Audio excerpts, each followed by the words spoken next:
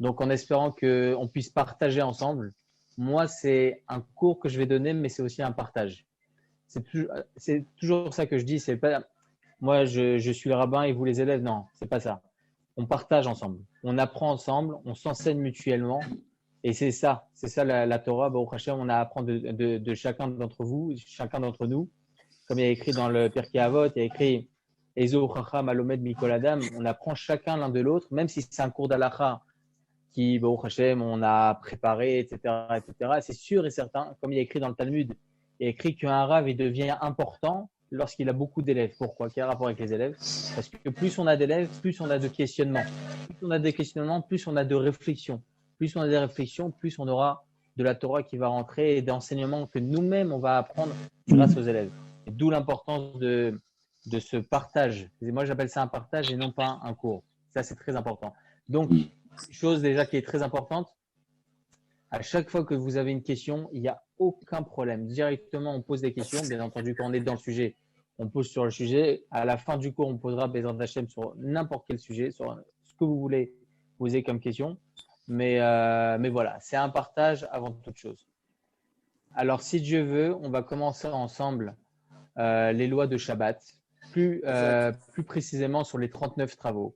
Parce qu'on n'a pas toujours une idée claire de tous les travaux, surtout que dans le Shulchan Aruch, on va retrouver par-ci, par-là, c'est vraiment parsemé les lois les 39 travaux.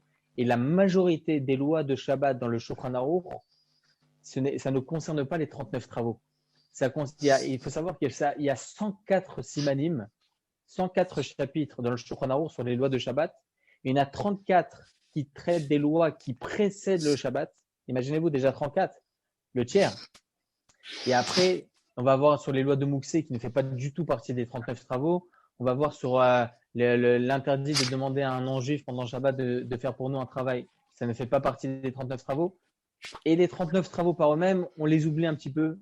On en a certains sujets qui sont plus mis en relief et plus que d'autres, mais encore une fois, on n'a pas des idées claires. C'est pour ça qu'avec l'aide d'Hachem, on va essayer d'étudier ensemble ce sujet. On va essayer de partager ensemble ce sujet. Et avec l'aide d'Hachem, pour pouvoir ressortir chacun d'entre nous avec une idée claire de chaque interdit de Shabbat. On va commencer. Déjà, il faut savoir, c'est rapporté comme ça dans le Chumash. On débute tout par le Chumash, bien évidemment. Il y a écrit dans le Chumash que Moshe Rabbeinu, il a demandé au Bnei Israël de construire le Mishkan, etc., tout ce qu'il fallait faire, amener les huiles, etc., etc. Et parmi les travaux du Mishkan, il y avait certains qui concernaient le Kohen, il y avait certains qui concernaient le Mishkan par lui-même, l'autel par lui-même, les couvertures de l'autel, les chérubins, etc., etc. En tout cas, c'était la construction du Mishkan. Déjà, on dissocie entre le Mishkan et le temple. Le temple, c'était lorsqu'on est arrivé tous en Israël, après qu'on ait passé le Jourdain avec Yehoshua Binoun.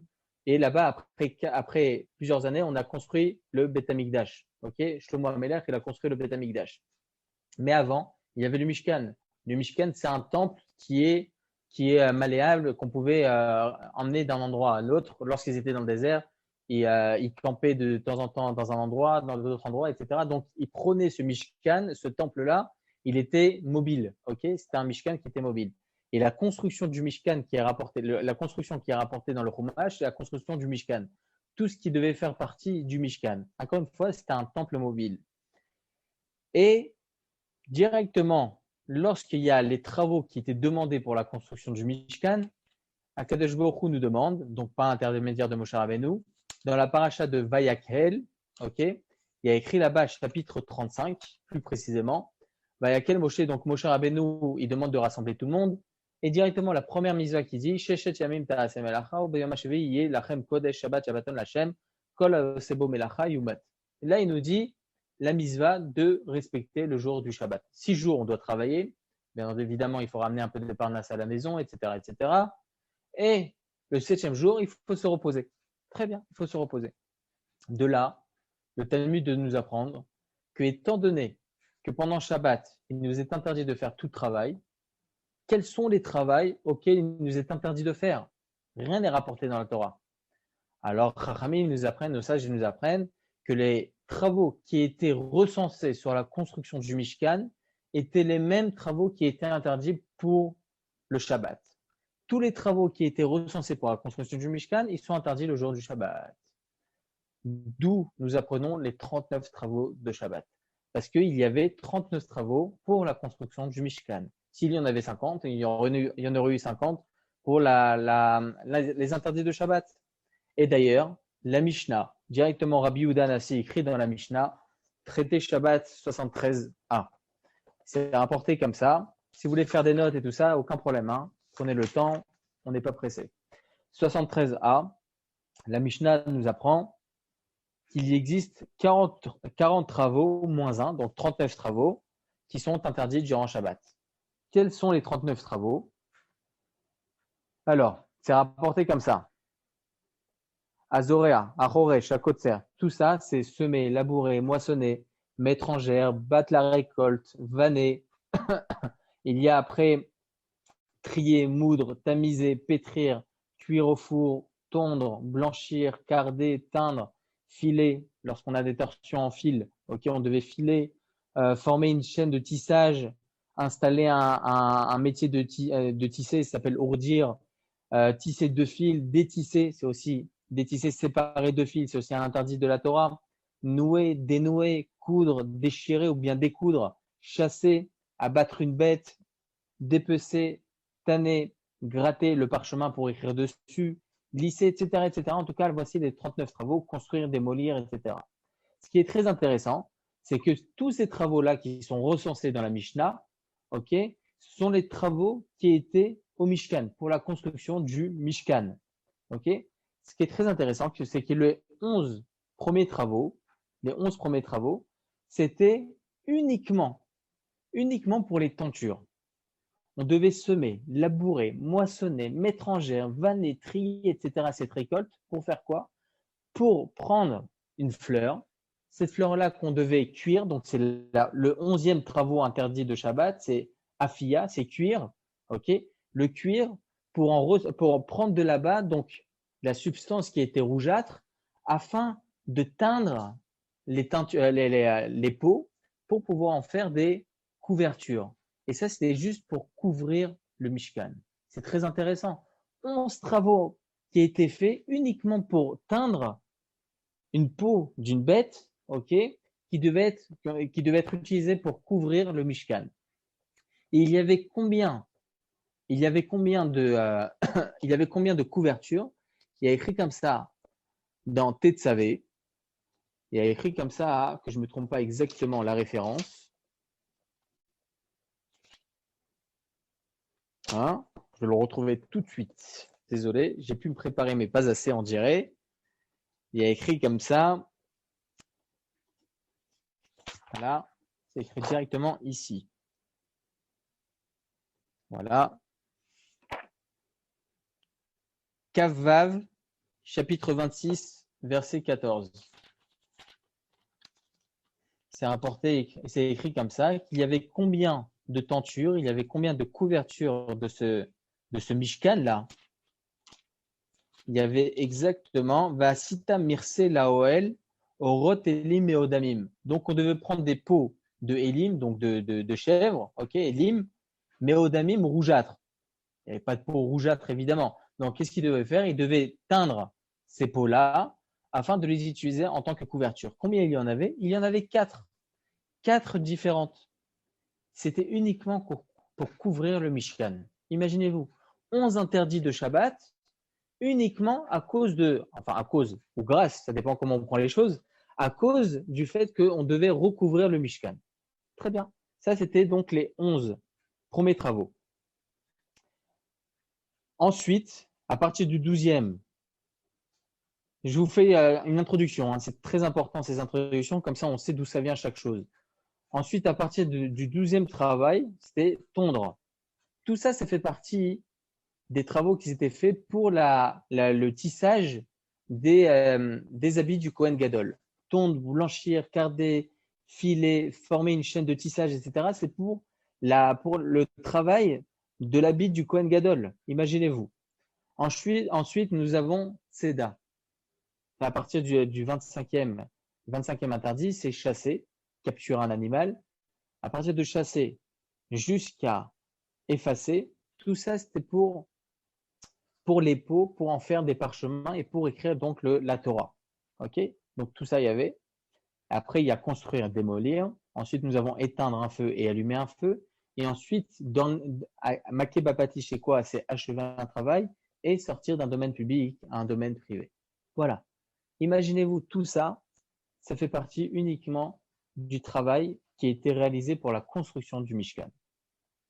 Mais on va, avec l'aide d'Hachem, essayer de travailler sur un des travaux, pour l'instant, un des travaux interdits, c'est AOFE. C'est quoi Ah, AOFE? Oui, vous avez une question. la question est la suivante. Où c'est marqué éventuellement il y a un passage dans la Torah qui dit que ces 39 travaux du Mishkan sont interdits Shabbat ou c'est une déduction de Chachamim? C'est une déduction de nos sages, qui reste quand bien même interdite de la Torah, parce que toute déduction de nos sages rapportées par les versets sont considérées comme étant des interdits de la Torah, étant donné que c'est rapporté par les versets de la Torah. Ça veut dire que le Shabbat, si j'ai bien compris, ces travaux étaient interdits au Mishkan. Exactement. D'ailleurs, c'est ce qu'il dit Moshe Rabbeinu. Moshe Rabbeinu, il dit, tous ces travaux que vous faites là, attention, il ne faut pas les faire pendant Shabbat. Donc, on apprend pour nous aussi C'est que ça. seulement la construction du Mishkan, on devait l'arrêter lors de Shabbat, mais tous les Shabbatot qui vont arriver époque après époque, semaine après semaine, ok, il est interdit de réaliser tous ces 39 travaux. Ok. Ok, Rav, juste, excusez-moi, encore une dites-moi. question de vous déranger.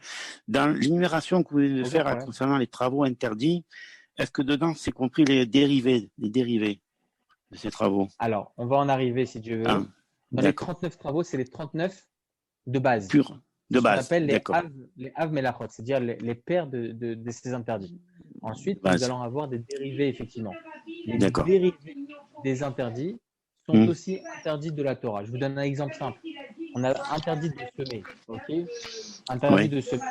Lorsqu'on va semer, labourer, etc., ça fait partie des travaux de la terre. Il n'y a pas écrit là-bas, hein, dans ces interdits-là, de, comment on appelle ça? De mettre de l'eau dans une fleur. Comment on dit ça déjà? arrosé, arrosé. Arroser, pardon, arroser. Oui, Il n'y a pas écrit arroser. Quand bien même, c'est un dérivé de semer. c'est assez Ok, interdit. on D'accord. peut pas faire pousser une plante ni rien sans l'arroser, évidemment. Ce n'est D'accord. pas écrit, c'est un dérivé de semer et ça reste interdit de la Torah. D'accord. Ok. Ok. Alors, donc on va continuer sur l'interdit de Afia. C'est quoi Afia? C'est cuire. Donc c'est le dernier des préparations pour en faire des samamanim, comme c'est écrit dans la Torah, en faire des teintures pour pouvoir teindre ensuite, pour pouvoir colorer ensuite les peaux pour le tissage, etc., pour les couvertures du Mishkan. Afia, c'est rapporté ici, donc cuire, mais pas seulement cuire, c'est écrit cuire au four. La Gemara se pose la question, si tu veux nous parler des teintures, etc., quel rapport cuire au four? Non, on cuit sur le feu. La cuisson qui était pour la préparation du Mishkan, la préparation, donc la construction du Mishkan, c'était pas cuire au four, c'était cuire sur une marmite pour pouvoir faire après une teinture et ensuite pouvoir colorer ses couvertures. Alors pourquoi la Gemara nous rapporte Afia? Ce mot Afia fait référence de cuisson au four. Quel rapport? C'est la Gemara qui se pose la question. La Gemara dans le traité Shabbat 74b se pose cette question. Elle dit comme ça, je vous lis les termes parce que c'est aussi très important de lire les termes du Talmud directement. Il y a écrit comme ça, Amarav Papa. Il y a écrit Shavak Tanadidan Bishul Samamanim Daveva Mishkan Venakat Ofe. On ne comprend pas. Pourquoi le Tana de la Mishnah, donc l'auteur de la Mishnah, énumère les interdits de travail pendant Shabbat et l'un des interdits c'est Afia. Pourquoi tu nous dis Afia, cuisson au four, alors que pour faire justement ces teintures-là, c'était uniquement une cuisson sur le feu, bichoul. On appelle ça bichoul, cuisson sur le feu, et non pas afia, qui désigne donc une cuisson au four. En fait, la Gemara de nous apprendre Tanadidan Sidura Depat. C'est-à-dire quoi? Le Tana de la Mishnah vient nous apprendre, étant donné que tous ces travaux-là font partie des travaux qui devaient être réalisés pour la confection d'un pain, ok, du pain, Ok, donc étant donné que tous ces travaux-là étaient pour la confection du pain, pour semer, etc., moudre, tamiser, etc., donc la Gemara, la Mishnah, l'auteur de la Mishnah vient nous apprendre le mot afia, cuisson au four, pour faire référence justement à tous ces travaux qui devaient être réalisés pour la cuisson au four, donc pour le pain. Pourquoi la Gemara nous dit ça? Pourquoi la Gemara nous dit ça? Parce qu'en fin de compte, c'est vrai qu'on parle du Mishkan, la construction du Mishkan, mais en fin de compte, nous, en tant que Ben Israël, juif normal, etc., que nous n'avons pas aujourd'hui le temple, ok, les seuls interdits, les seules préparations que nous avons en fin de compte, c'est de mettre au four. Ok, c'est vrai que c'est interdit aussi de cuire sur le feu, mais en même temps, toutes ces préparations-là, ils étaient faits pas pour faire des teintures. Tout ce que l'on fait, nous, aujourd'hui, lorsqu'on vanne du blé, lorsqu'on trie du blé, lorsqu'on moue, etc., tamise, c'est pour la confection du pain. Donc, c'est pour ça que l'auteur de la Mishnah nous a fait référence à l'interdit de cuire au four qui nous concerne plus à nous. Ok, très bien. Mais ça ne vient en aucun cas remettre en cause l'interdit de cuisson sur le feu directement, qui fait partie aussi des Av Melacha. Donc, il n'y a aucune différence. Cuisson sur le feu ou cuisson au four, en tout cas, c'est le même interdit. Très bien.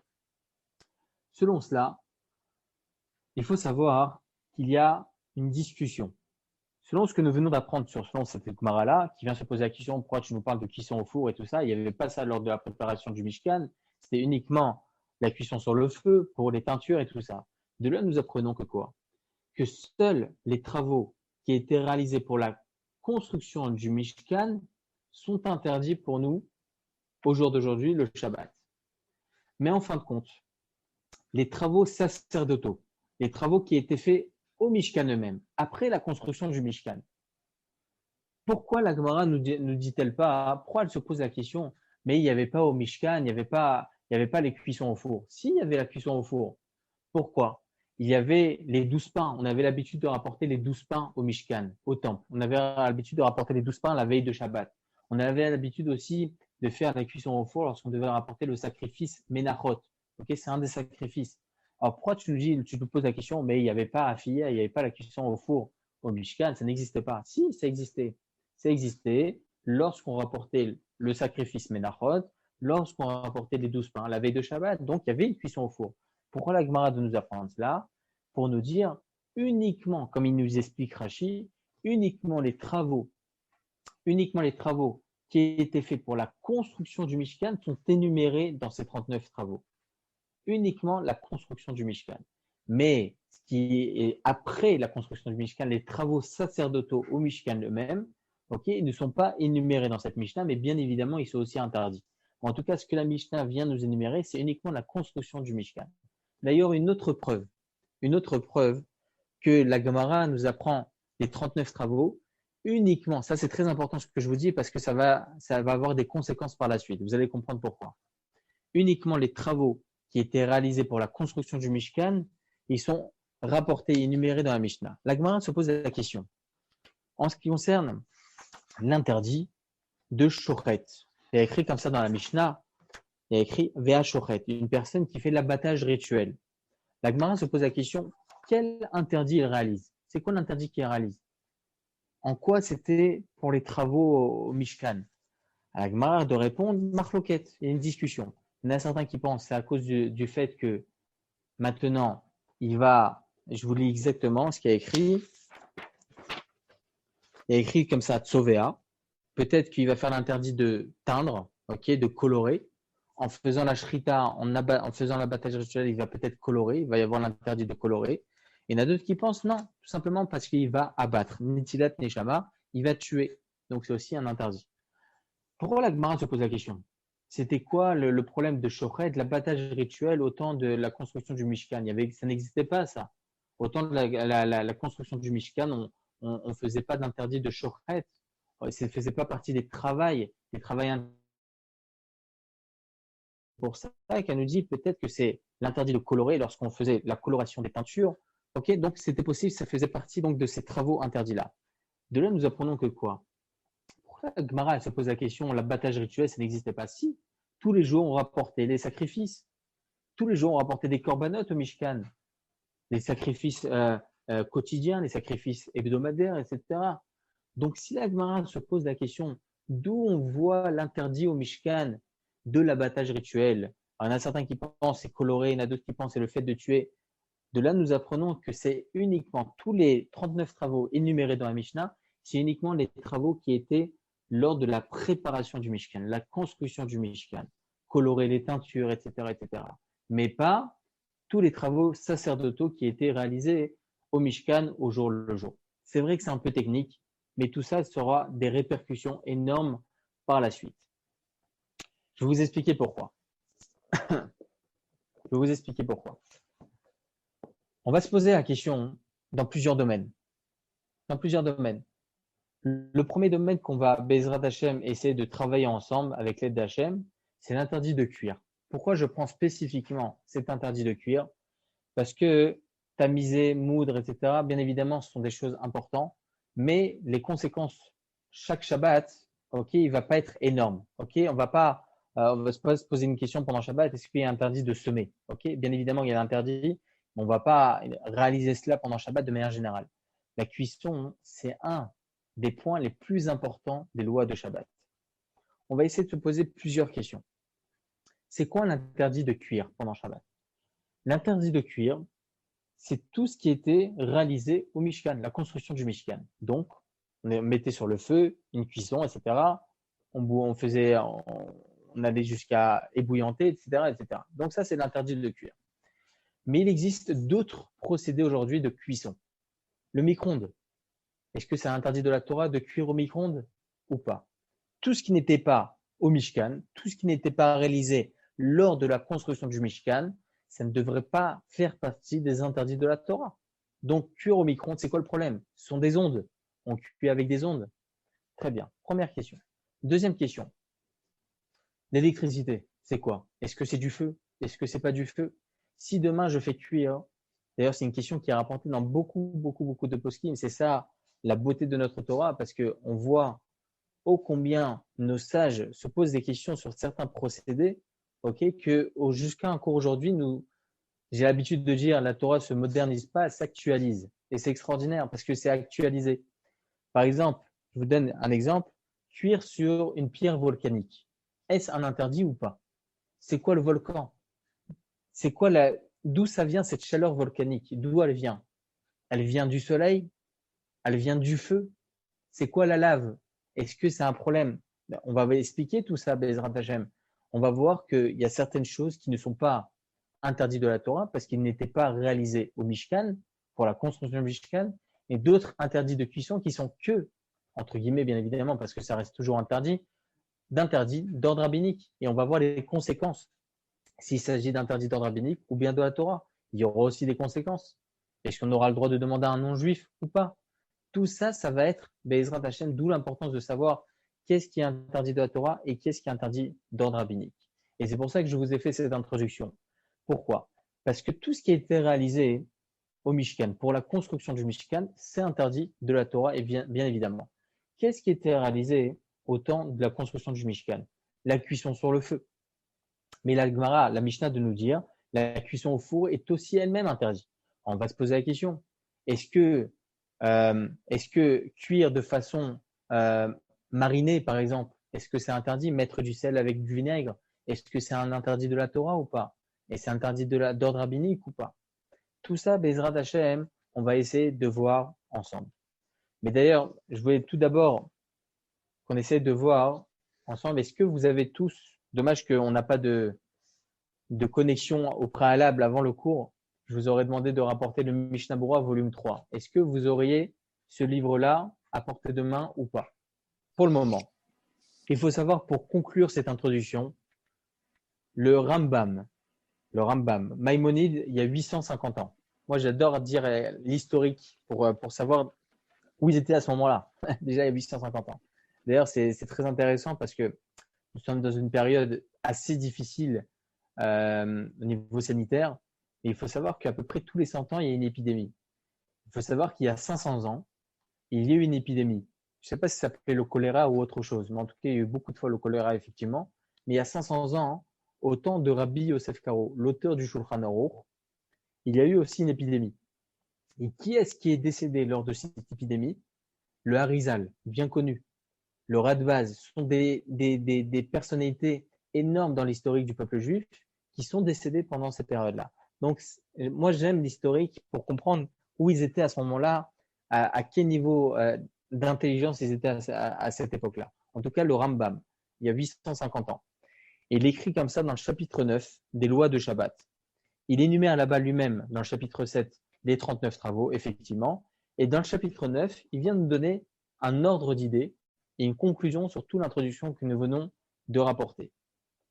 Et je vais vous lire directement en français parce que c'est assez saoulant d'écouter certaines fois des paroles en hébreu que l'on ne comprend pas spécialement. Alors, je vais vous le dire directement en français. Comme ça, au moins, les choses Bezrat Hashem sont le plus claires possible. Il y a écrit comme ça. Une personne qui cuit du métal, de l'asphalte ou bien de la cire aura transgressé l'interdit de la Torah de cuire. La règle générale est et sera qu'une personne qui ramollit quelque chose de dur ou bien qui durcit quelque chose de mou transgressera l'interdit de cuire. Fin de citation. Le Rambam vient de nous apprendre quelque chose de très important. Étant donné qu'au Mishkan, il ne cuisait pas, la construction du Mishkan, il ne cuisait pas quelque chose d'alimentaire, mais uniquement quelque chose qui devait être pour la teinture. Donc, pas seulement la cuisson alimentaire est interdite de la Torah, mais aussi une cuisson qui n'est pas alimentaire. Cuire du métal, de l'asphalte, de la cire, ça aussi, ça fait partie des interdits de la Torah. Et il nous conclut en nous rapportant une règle générale, le Rambam, tout ce qui était ramolli, on veut le rendre dur, ou bien quelque chose de dur, on veut le rendre mou, c'est aussi un interdit de la Torah. Et grâce à cela, grâce à cette règle générale, nous allons apprendre des choses qui nous concernent à nous de manière simple. Est-ce qu'on a le droit pendant Shabbat de prendre notre pain et de faire du pain grillé? C'est quelque chose de mou, on va le rendre dur. Est-ce que ça fait partie des interdits ou pas?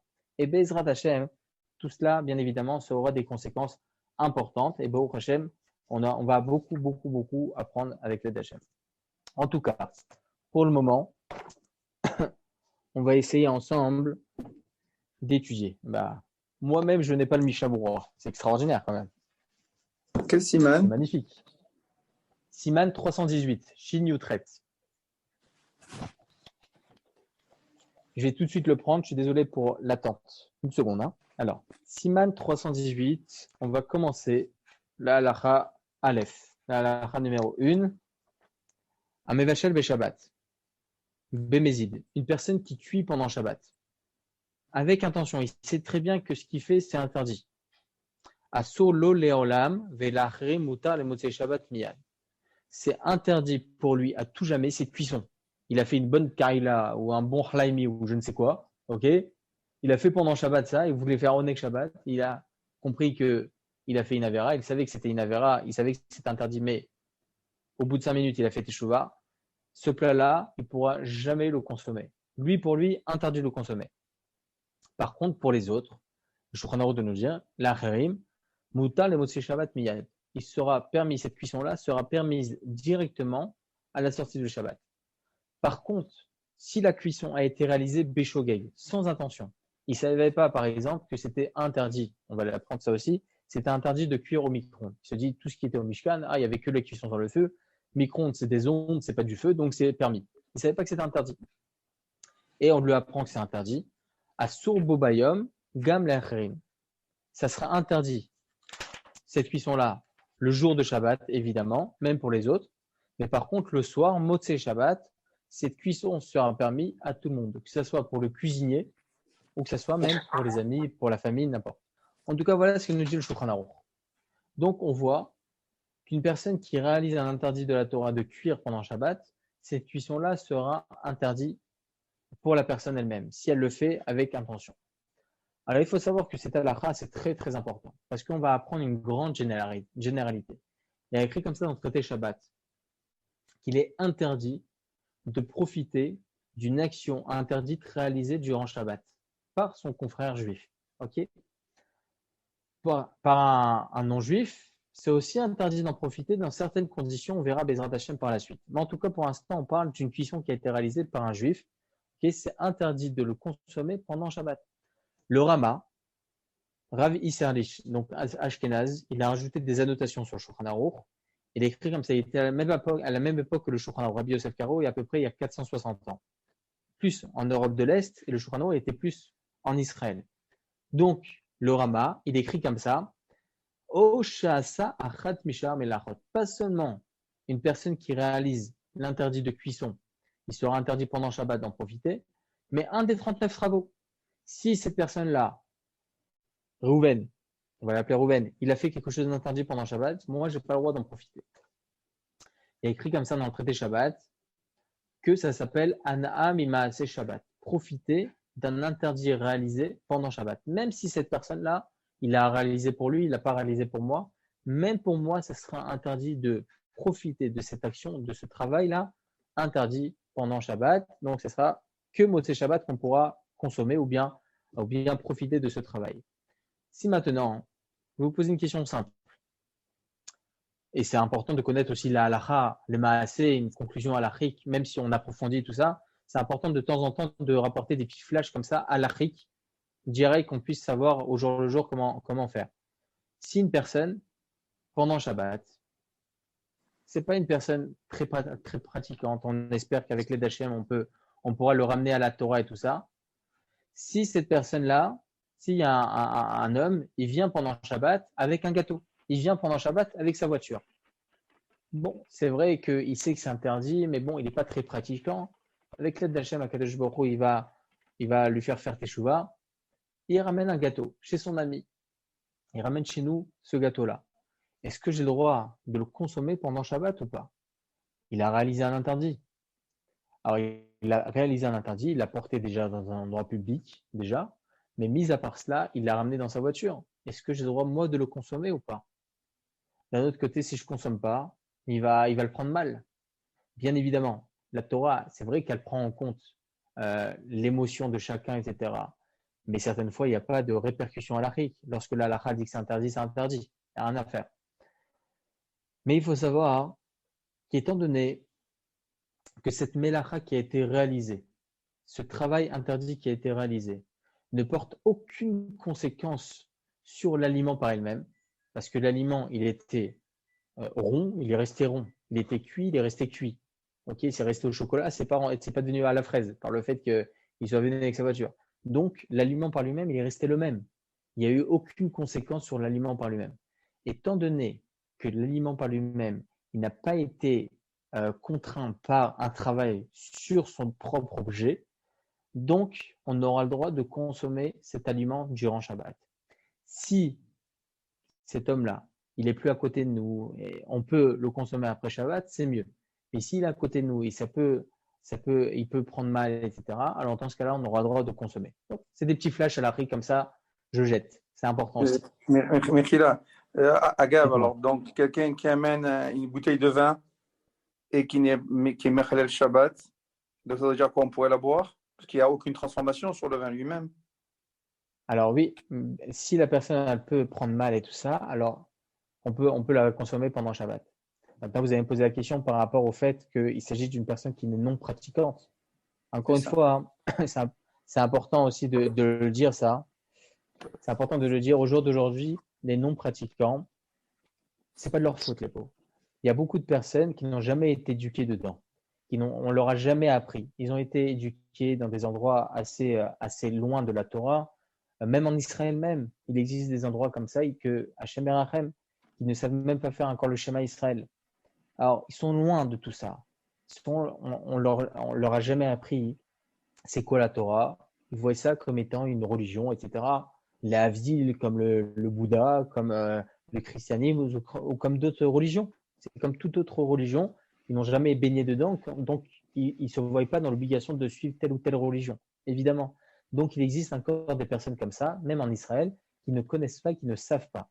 Donc, il dit le Chazon Ish, c'était un des grands rabbinim contemporains il y a à peu près 50 ans, il dit comme ça, il dit qu'évidemment, aujourd'hui, on peut considérer ces gens-là comme étant Tinok Shinushbu Benagoim. Des personnes, c'est une généralité dans la halakha, c'est des personnes qui ont été éduquées avec des non-juifs, donc ils ne connaissent pas, ils ne savent pas. Donc, eux, ils sont considérés comme étant dans leur bulle, et donc ils sont presque Béchogeg, ils sont sans intention, ils ne savent pas, ils ne connaissent pas. Donc, c'est peu qu'aujourd'hui on les considère comme ça. Et donc, dans une telle situation, il faut savoir que leur vin n'est pas interdit à la consommation juste par le fait qu'il les touche. Ok? S'ils nous versent le vin, alors le vin qui est dans le verre, il est interdit à la consommation. Par contre, le vin, juste quand ils touchent ce vin-là, on parle d'un vin qui n'est pas cuit. Ok? Un vin qui n'est pas cuit, juste s'il touche le vin, il n'y a aucun problème. On a le droit de le consommer. Ok? Mis à part cela, hein, il faut savoir qu'il y a certains juifs traditionnalistes, ça existe, où ils font le kidouche à la maison et après ils se voient PSG Marseille, ok, à 20h30 vendredi soir, ils se voient ça sur leur plasma. Bon, on peut rien y J'ai une, faire, ils sont traditionnalistes. Oui, dites-moi. j'ai une question par rapport, pas du vin, mais par rapport au gâteau. Est-ce qu'il y a le droit, pour pas le vexer, de refuser et lui dire non, je mange pas de gâteau, voilà, pour pas, pour pas lui refuser. Vous Alors, voyez ce que je veux dire? oui, je vois ce que vous voulez dire. Si vous arrivez à faire ça, alors c'est bien mieux, bien évidemment. Ouais. Bien mieux, bien évidemment. Mais vous savez, dans la Torah, on essaie de trouver aussi la petite étincelle de cet homme-là qui n'est pas dans la Torah, qu'on essaie de le faire revenir à la Torah. Alors, comment on peut D'accord. le faire revenir à la Torah? C'est quand on l'accepte, quand on accepte aussi tout ce qu'il peut faire, Chas v'shalom. Bien évidemment, il ne faut pas se rattacher, se rallier à ses actions, bien évidemment, mais essayer de le ramener à la Torah. Si cet homme-là, vous savez combien de personnes sont revenues à la Torah juste par la souplesse de certains rabbinim? Le nombre de personnes, parce qu'ils pensent que la Torah, c'est restriction, restriction, restriction. Et certaines fois, ils peuvent faire des actions pour voir aussi comment nous, on va réagir. Et ça, c'est très important de connaître et de savoir, avoir cette intelligence-là, de savoir quand est-ce que oui, quand est-ce que non. Bien évidemment, tout ce qui est interdit, ça reste interdit. On ne va pas arrondir les angles parce que c'est une personne qu'on doit ramener à la Torah. Bien évidemment. C'est interdit, c'est interdit. Mais des choses auxquelles Chachamim nous disent que tu peux, tu as la possibilité. Alors chacun voit selon sa situation. S'il a la possibilité de faire comme vous avez dit maintenant, ben voilà, bien sûr, il sera digne de louange et c'est mieux. Mais s'il voit que dans certaines situations, ça peut gêner, etc., alors là, il n'y a aucun problème. Ok, Merci. Tov, je voulais juste, parce que j'ai mon autre cours dans exactement 12 minutes, bon, on va essayer de conclure quand même une certaine halakha. C'est très important. Bezrat Hashem, demain, on va essayer de parler justement de ce sujet. Il existe certaines fabriques en Israël. C'est aussi une introduction sur cette halakha, parce qu'on parle de cuisson, on ne parle pas d'autre chose, mais c'est aussi important de décortiquer la halakha. La halakha vient nous apprendre ici que toute chose qui a été réalisée pendant Shabbat, qui est interdite, on n'a pas le droit d'en profiter pendant Shabbat. Il faut savoir que demain, on va essayer de parler de certaines fabriques en Israël qui travaillent encore pendant Shabbat. Comment nous, on aurait le droit d'en profiter pendant Shabbat, ou bien même en semaine? Comment on peut en profiter? Je vous donne juste un exemple. Il faut savoir que le sucre, c'est important quand on connaît la halakha, c'est bien de décortiquer, de savoir comment ça se passe dans les usines, etc. Il faut savoir que le sucre, Sugat en Israël, il est fabriqué 90 jours dans l'année. Ça, c'est dans le monde entier, 90 jours, pas plus. Pourquoi ils font ça? 24 heures sur 24, 7 jours sur 7. Pourquoi? Parce que s'ils arrêtent une minute l'usine, tout colle. Tout colle. Tout est collé, ils ne peuvent plus rien faire. Ils sont obligés de tout laver, c'est une catastrophe. Donc, pour travailler le sucre, ils le travaillent 90 jours dans l'année, 24 heures sur 24, 7 jours sur 7, pas plus. Le problème, c'est le 7 jours sur 7. Comment nous, on peut profiter de ce sucre en Israël? Et vous allez avoir le tampon dessus. Badat Saïd Acharedi est un bon tampon, une bonne ashgacha. Comment on peut en profiter? Il y a écrit dans le Shulchan Aruch explicitement qu'une mélacha qui a été réalisée pendant Shabbat, il m'est interdit d'en profiter pendant Shabbat. Après Shabbat, oui, d'ailleurs, c'est une des raisons pour laquelle c'est autorisé, mais on va voir pourquoi c'est pas si simple que ça. Mais comment nous, on peut en profiter? Et ça, Bezrat Hashem, on le verra demain. En tout cas, pour finir l'introduction, on a énuméré ici les 39 travaux et on a essayé de comprendre d'où on apprend les travaux interdits. On les apprend des travaux qui étaient faits pour la construction du Mishkan et non pas pour le Mishkan lui-même, pour les sacerdotaux qu'il y avait au jour le jour. Et de là, on a appris que pas toute cuisson est interdite de la Torah, mais il y a aussi des cuissons qui sont interdites d'ordre rabbinique. Et on verra aussi, Bezrat Hashem par la suite, qu'il existe certaines cuissons qui sont même permises de réaliser pendant Shabbat. On verra avec l'aide d'Hachem chaque chose, mais en tout cas, voilà, on a fait le premier Shulchan Aruch qui nous apprend que si une cuisson elle a été réalisée pendant Shabbat, il nous sera, nous, interdit, et même pour le cuisinier, interdit pendant Shabbat d'en profiter, parce que toute chose qui a été réalisée, tout travail réalisé pendant Shabbat, il nous sera interdit d'en profiter pendant Shabbat. Voilà, je sais que ça a été un cours introductif. Allez-y, dites-moi. Excusez-moi, justement, vous dites ce qui a été fait pendant le Shabbat, on n'a pas le droit de le consommer, pour nous les Juifs. Mais est-ce qu'on peut le donner à la femme de ménage ou à un goy éventuellement? Alors, si ça peut nous aider sur n'importe, c'est-à-dire au lieu de donner mon plat à moi, je vais lui donner ça. Ça s'appelle une ana, ça s'appelle un profit. Dans tous les cas, je profite. J'ai pas le droit même de donner à mon chien ça pendant Shabbat, pourquoi? Parce que je vais en profiter. Au lieu de lui donner des croquettes, je vais lui donner ça. Il y aura toujours un profit. Donc, lorsqu'il y a un profit, c'est un problème.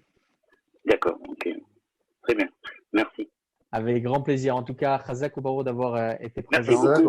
Merci. Je vous apporte beaucoup de brachot et à demain pour ceux qui sont là. Kol Tov.